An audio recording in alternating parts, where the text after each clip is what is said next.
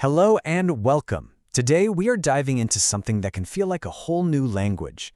I'm talking about the unique and, let's be honest, sometimes really confusing world of American office idioms. So let's get right to it and crack this code. So, tell me if this sounds familiar. You're in a meeting, you're nodding along, trying to look engaged, but inside you're secretly thinking, what on earth is everyone talking about? If that's you, trust me, you are not alone. The American workplace is just packed with these phrases that don't mean what they sound like. Okay, just listen to this sentence. Imagine your boss says, "We need to hit the ground running and tackle the low-hanging fruit first. Let's circle back after we boil the ocean on the main project." What? Hit the ground running.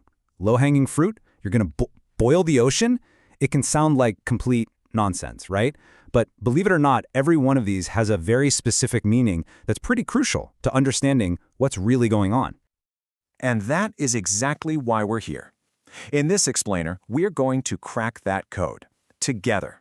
We're going to break down some of the most common idioms out there so you can walk into your next meeting feeling way more confident.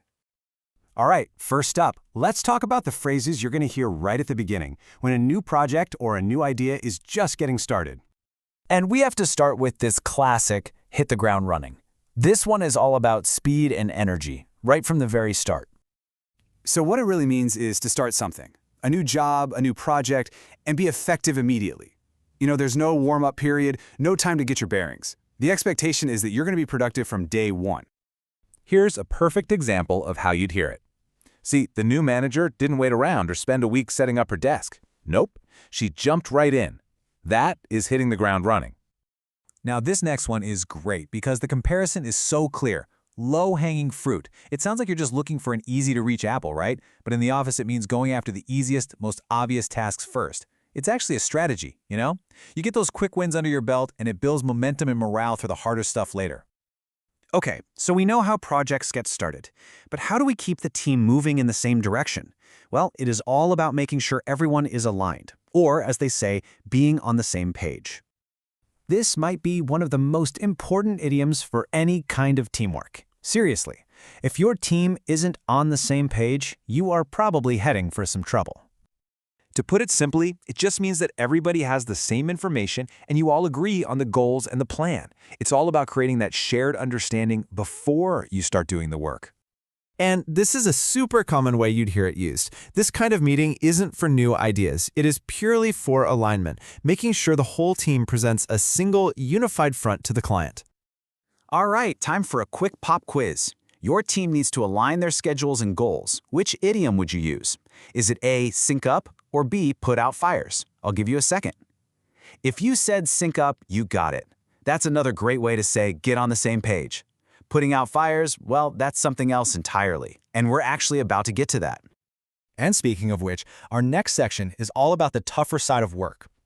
Dealing with problems, crises, and navigating those really difficult conversations. Ah, the elephant in the room.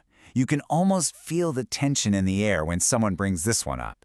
It's that big, glaring issue that absolutely everyone is aware of, but nobody wants to talk about. The key here is that everyone sees the elephant. It's not a secret, but it's uncomfortable or awkward or controversial, so everyone just pretends it isn't there. Pointing out the elephant is the only way to actually start dealing with it. So when someone says this, it's a very direct way to force that difficult but necessary conversation. It's a signal to everyone in the room that says, okay, we can't ignore this anymore. Let's talk about the budget. I really love this next one because the literal image is just so perfect. Can you actually boil the entire ocean? No way, it's impossible. And that is exactly the point. In a work context, if someone says you're boiling the ocean, they mean you're trying to do something way too big or you're making a simple task way too complicated. It's a fantastic warning against wasting time and energy. Okay, so we've covered starting projects and dealing with problems. But what about just managing the flow of a conversation? Our last section covers those idioms you hear for pausing a topic and planning to talk later. Oh, this one. If you've spent any time at all in an American office, you have absolutely heard someone say, "Let's circle back." It is everywhere. The function here is pretty simple, but it's important. It's basically a polite way of saying, hey, that's a good point, but now's not the time. We'll get to it later. It helps keep meetings on track, but a little warning. Sometimes it's used to politely shut an idea down for good, so you gotta listen to the context. And you can see exactly how it works here. The person isn't saying the point is bad, they're just prioritizing.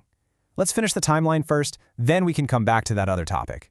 It's a really useful tool for managing focus. So where does that leave us? Think of this as your new playbook. First, and most importantly, listen for context clues. If you're not sure, it's totally okay to ask for clarification. Seriously, just ask, what do you mean by that? Then, once you feel a little more comfortable, start small. Try using 1 or 2 yourself. And pay attention to how your colleagues use them. It's the best way to learn. At the end of the day, the language we use at work is so much more than just jargon. It's how we build relationships, how we manage projects, and ultimately, how we shape our careers. Understanding this code gives you a real advantage. So the real question is, how are you going to use it to build your professional world?